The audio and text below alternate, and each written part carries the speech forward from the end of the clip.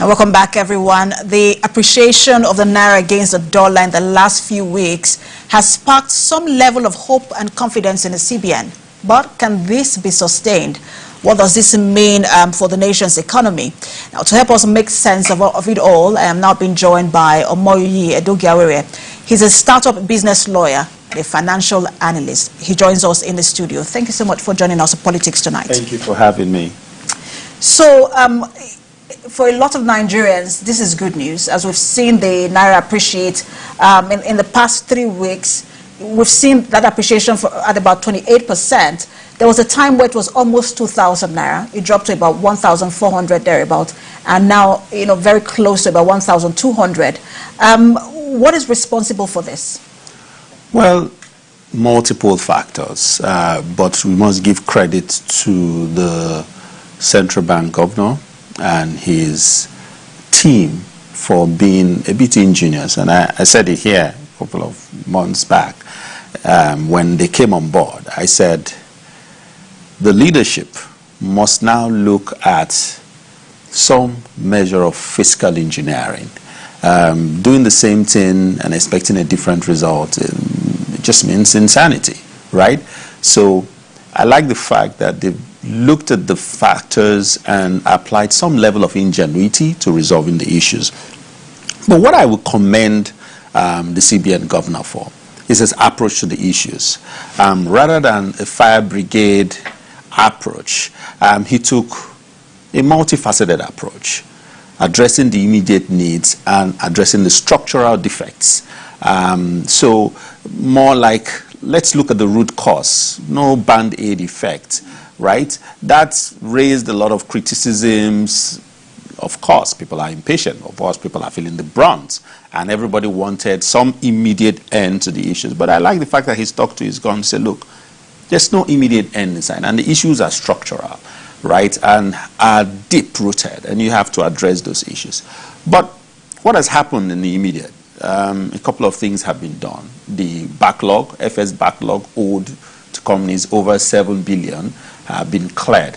And I like the report the CBN issued when they were announcing that the legitimate claims have been paid. What this tells you is that there were claims that are illegitimate. There were claims that are not tidy. And that speaks to a better approach, a structured approach to issues that, hey, we ain't going to just run into it. We've got to address it decisively, right? And so bringing in Deloitte to come and audit these loans. Let's know those who really should be paid and those who are just making demands because they probably previously had access, right? And this is the only way we can go. Because if we continue to do things the way they were being done before, we will end up being in a bigger mess. So addressing those issues, he must be commended. And then you look at, before he came on board, right, they had unified the windows, right, open up, so let the Naira float.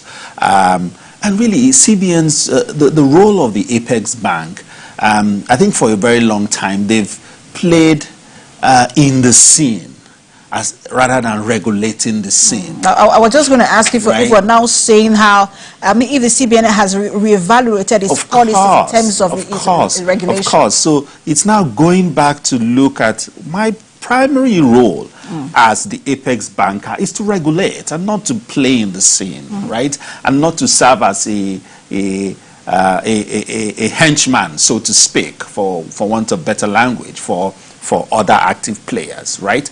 And I think that it is in rescinding its steps, right, and going back to that position as a regulator that has empowered CBN a lot more to now really look at the banks and say, hey, guys, what are you doing, right? They noticed on the 31st of December asking them, look, you know what, reduce your FX liquidity exposures to 20%, right?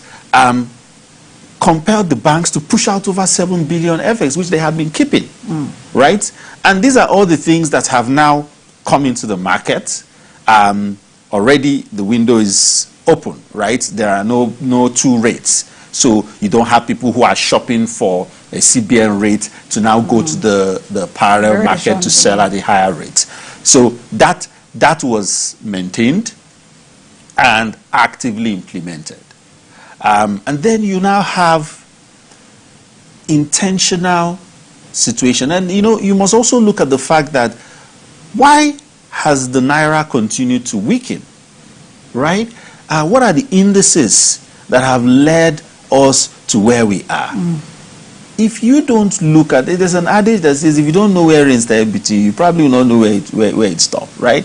It's important for our regulators to look. And I think that's what one of the things Cardoso has done. To say, look, how did we get here? Remember when he spoke to the National Assembly, right? I'm not holding brief for him, right? Because there are few knocks I have. But the fact is, he looked at our spending, both on BTAs, education, healthcare, over $96 billion. And you are talking of an economy that is seriously lagging behind in production. So our production index is weak. So we're not exporting as we should. And what we now have is that what we ideally should keep, we are converting to FX and investing in other economies. Another key decision that they must be commended is insisting that, look, petroleum exploration companies must keep their 50% of their revenue in Nigeria for 90 days. How do you make money from my country and you expect? And it's one of the things that we've seen over and over again, whether it's the IOCs or the telecoms companies who don't keep their they don't keep their income here. No, it's exported out of the country, and that is also detrimental to our economy. But I also wanted to ask, when you look at all of these gains that we've made, are we out of the woods yet? No. Are we in the clear? No. We're on our way, but we're not in the clear. So there's still a lot to be done, and we've got to sustain what has been done.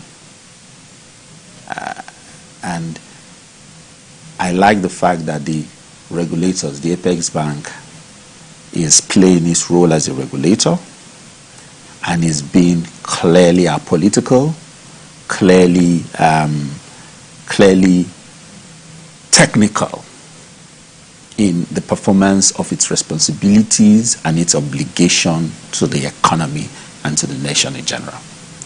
And so, sustainability of the measures, adequate oversight. You see, if you have a regulator that cannot adequately checkmate our financial institutions, the challenge you have would be that they will continue to have issues like this spring up, right?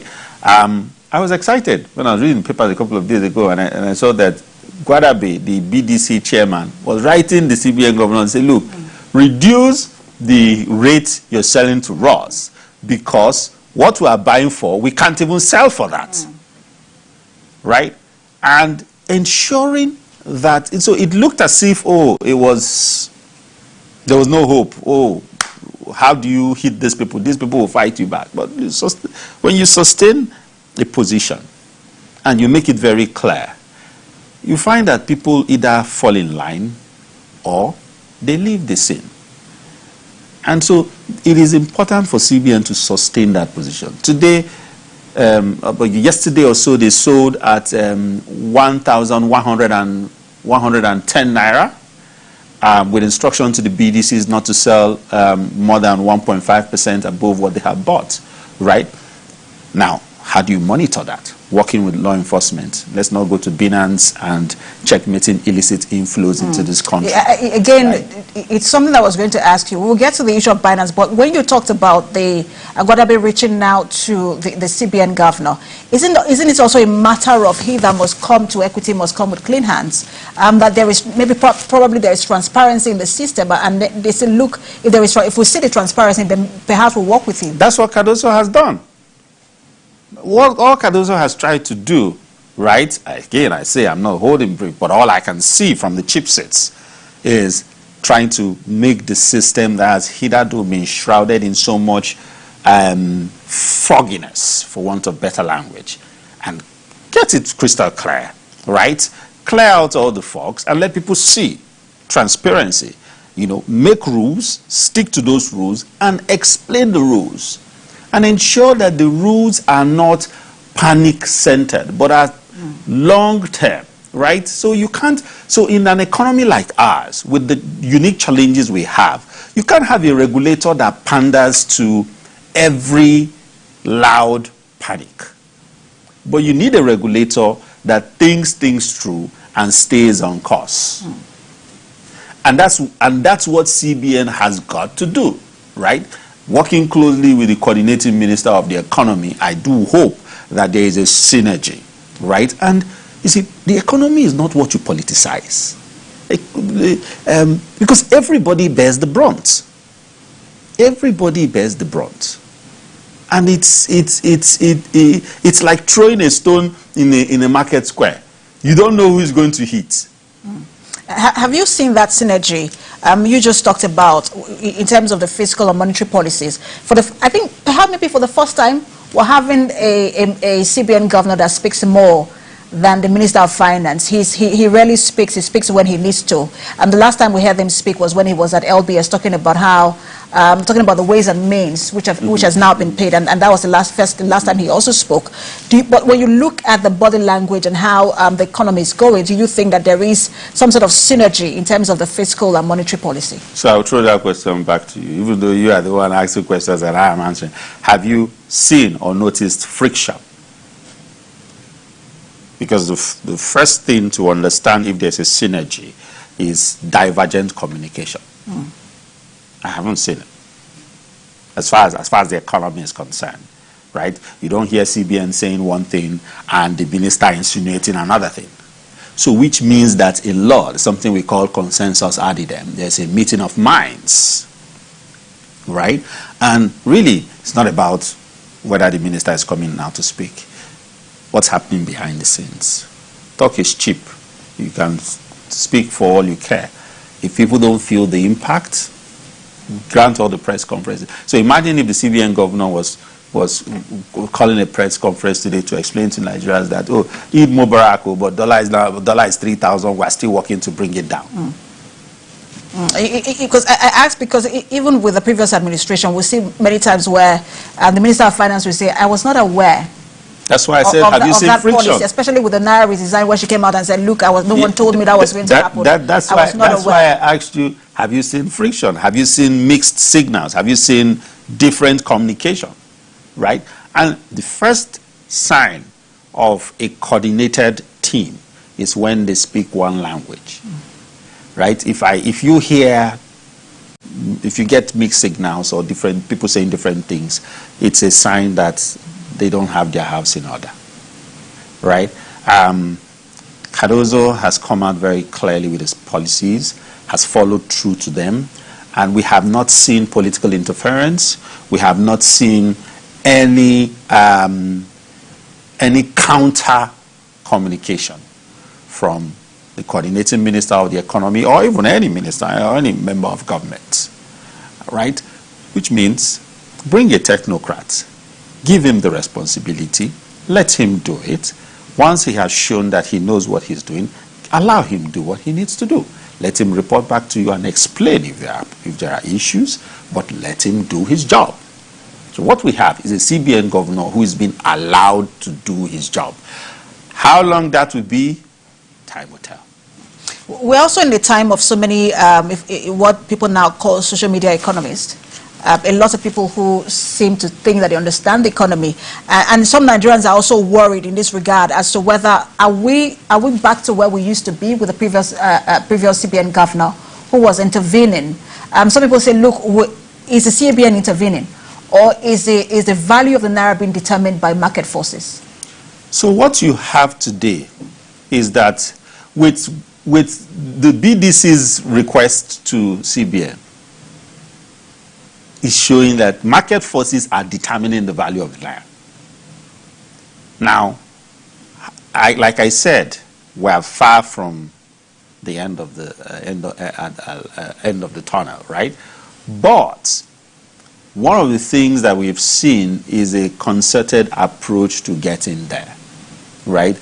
MPR rates, for instance, have not been reduced because the approach is still to look at curbing inflation, right? But you're trying to strengthen the Naira. One of the things that CBN does not also want to do is to flood the Naira to buy dollars, right?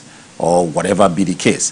The fact is, what you're seeing today with one single window is the market determining the value. What the CBN is doing, or appears to be doing, is addressing those market forces in order to prevent them from skyrocketing the Naira. So it is not intervention? No, so it is an intervention, but more of a structural approach to addressing the issues decisively. Right? Because if you continue to... I do not like band-aid effects. They don't ever work. Address the root cause of the issue and treat it once and for all. And I think that that's the approach that the CBN governor has said to take. But you see, the work of strengthening the Naira goes beyond CBN. Our biggest challenge is FX inflow. And until we improve indigenous production for exportation, we cannot attract FX. And if you cannot attract FX, you will continue to have a situation where the Naira will never really achieve its fullest potential. I think that was one of the messages from the president recently when he was talking about buy made in Nigerian products. But some people are sort of, confused when it comes to buying made in Nigerian products, because sometimes we don't even make these products in the country. So it means that if you say let's buy, which of them, because it is not available. The ones that are available, some people will say it is substandard. What do we do? What will it take to get to that place where, at least to a largest extent, we are not importing all that we use? So you see, the challenge we've had with our exportation, the quagmire around exportation, is a long-standing problem that we've allowed to fester. And it's just like this table, right? If I take a little pin and just keep poking this table, it looks insignificant. But if I do it consistently for 1 year, it digs a hole. And before you know it, it creates a crack. And before you know it, the entire table has to be rechanged. And that's what has happened to our economy, our export economy. We became very comfortable with importation. And then the local indices of production, what are the things that you use to gauge production locally, continued to suffer because we were not focused on producing, we were focused on importing. And then power, infrastructure, access to credit. People were borrowing from the banks to import because it was safer. Import quickly, sell, than borrow, manufacture. You have power challenges, you have regulatory challenges, you have a market doubt, and then you're struggling to even sell and pay back. And then what happens? The banks come and they take over your machines and they sell over and over again. I'm a lawyer, I've seen a lot of that, right? But it's easier for you to borrow. They give you a 90-day window or 180-day window. You bring in, you sell off. We're consuming. We're 200 and something million Nigerians consuming. Now, an example of a surface approach is to say, you know what, let's tighten the belt on funds for such importation. Did it work? It didn't work. The focus should be to incentivize local production. Power is one of the biggest challenges that we've had. If you fix power, now, when you even look at a lot of the foreign companies that are leaving, one of their biggest challenges is power. So what are they doing? They are going to locations and regions where they have power to produce and again now import. Because for them, they can navigate the importation quagmire and bring it into Nigeria.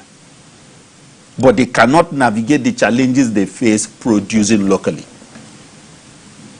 So if we don't fix local production, our ability to attract FX will continue to be limited to government fiscal policies and Eurobonds and the likes and all those things, and oil. But remember, oil has a lifespan. I said this at the beginning of the year when we discussed the budget, and I said it, that look, I want to see non-oil exports give oil a run for their money. And if the Tinubu administration will get a scorecard in a good place, where history will be forever grateful to them, then attention must be paid to non-oil exports. Our agri sector must be revived. Look, if you look at other countries today, a lot of them are moving from crude oil to ethanol. One of the byproducts of cassava is ethanol. Nigeria produces, well, one of the largest producers of cassava in the world. Are we incentivizing cassava production for exports? But you see, there's also a danger.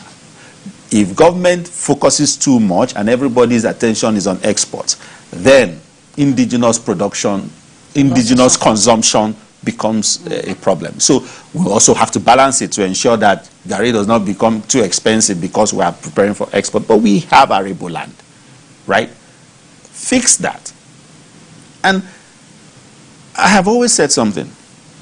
I believe in picking one thing and doing it well, as against doing so many things. Look for one key product. Invest heavily in it. Support people in that space. Boost it, and then export. How did Singapore get to where they got? Right? So I'm going to put you on hold. We're going to take a break because for a lot of Nigerians, probably enjoying the conversation, but for them it's just like, when you guys are done with this, your grammar, tell us where we can go back to buying rice for 30,000 naira, you know, a bag of rice for 30,000 naira. So we're going to go back and then go on break, and when we return, we'll look at all of that and how soon it is going to happen.